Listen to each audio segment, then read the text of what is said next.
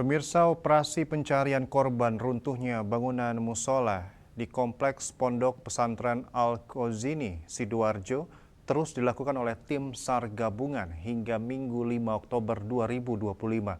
Memasuki hari ketujuh, sebanyak 37 korban meninggal dunia.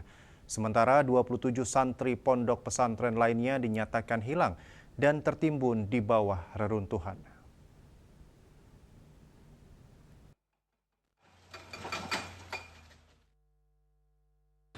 Operasi pencarian korban runtuhnya bangunan musola di Kompleks Pondok Pesantren Al-Khozini, Sidoarjo terus dilakukan oleh tim SAR gabungan hingga Minggu 5 Oktober 2025. Memasuki hari ketujuh, sebanyak 37 korban meninggal dunia, sementara 27 santri pondok pesantren lainnya dinyatakan hilang dan tertimbun di bawah reruntuhan.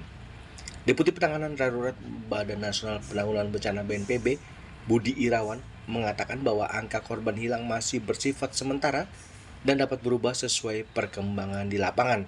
Ia menegaskan tim SAR akan terus bekerja tanpa henti hingga seluruh area musola dinyatakan bersih dan semua korban berhasil ditemukan. Adalah 36 orang, ya. Jadi total yang meninggal dunia 36 orang.